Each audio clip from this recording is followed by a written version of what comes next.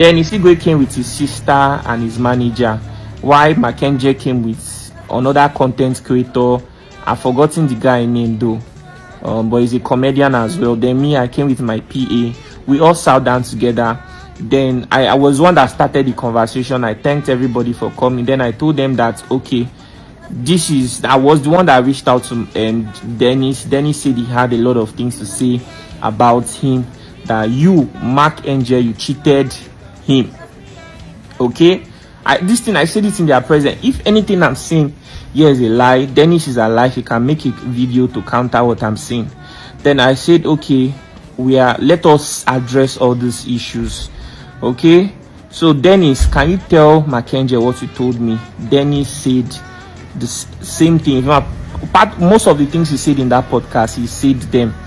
Then I told Mackenzie, I said I could interview this guy and it would draw sympathy and all of those things, but at the end of the day, the reason for the interview is that he needs to be compensated.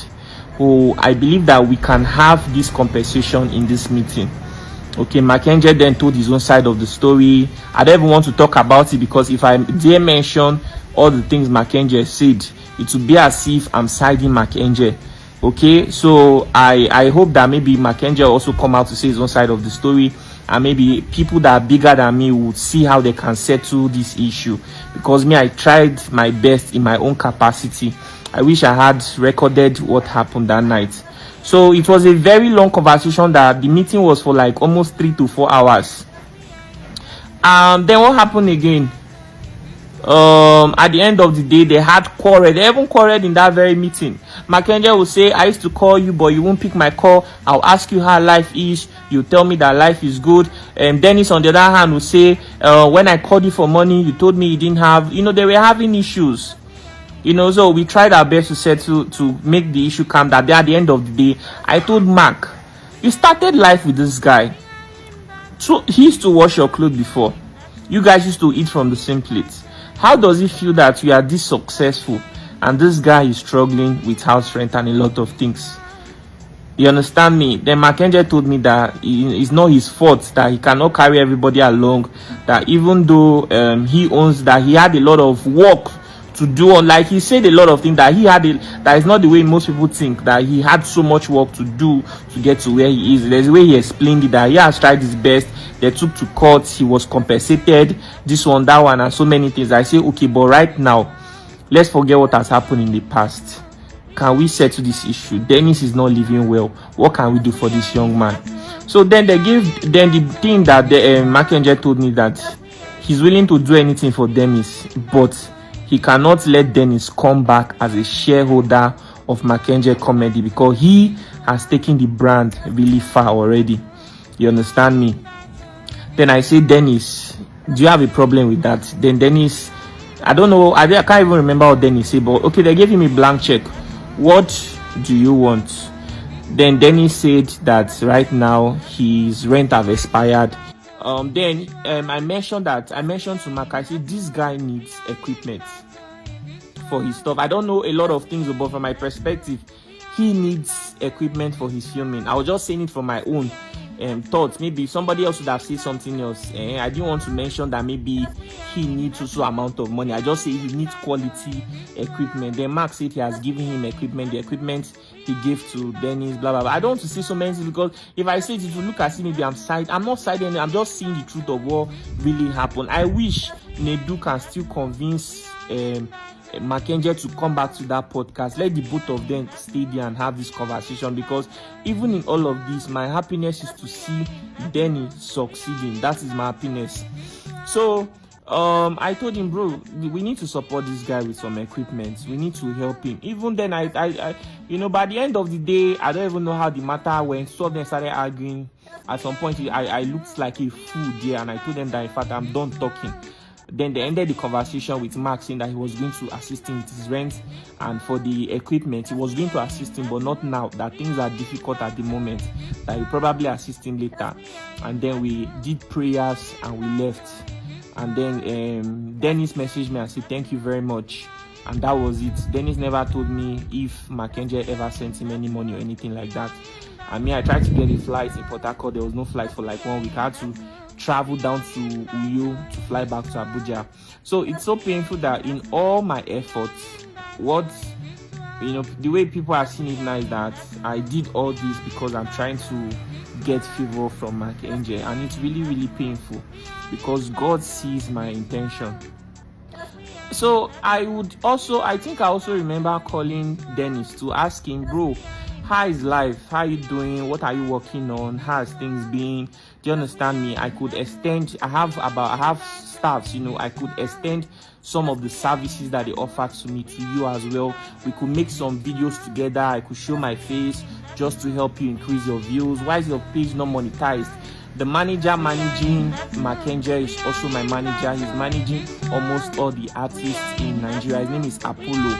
You understand me? I could speak to him. Apollo is a very nice person. Why don't you get your page monetized, something like that? Me, I was even more focused on, even though you want, and I still told him after that meeting, even if you want to still share your story, I will still be interested to share it if you are not satisfied. I told him this thing. But beyond that, I want to see how we could help you. Why is your this thing? You should be making money from YouTube, from Facebook. You already have 250,000 subscribers.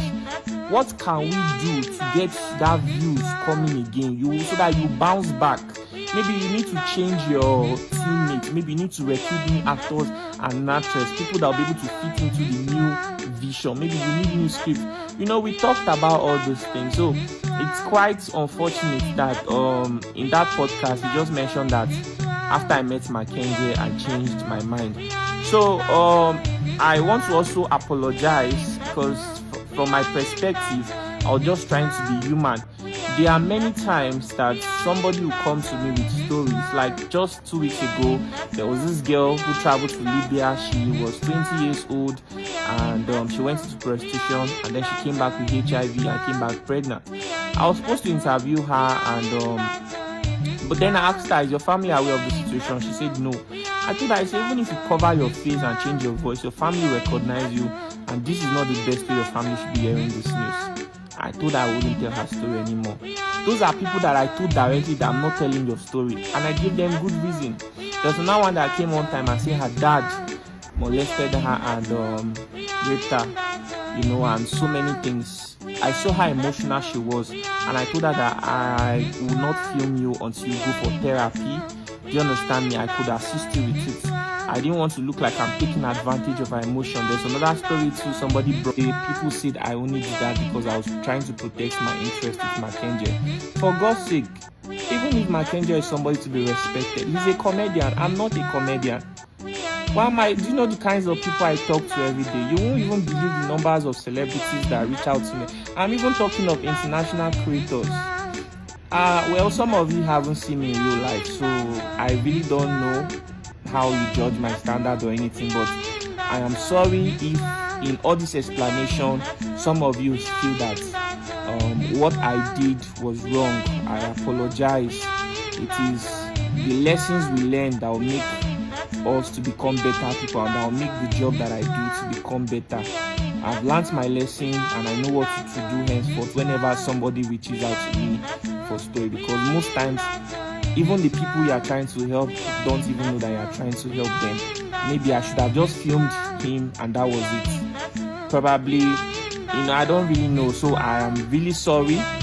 I'm caught up in the middle of all this. I tried my best to see how I could settle it. This is not the first time people are reaching out to me with stories, and I'll see if I can settle it without it coming to the media.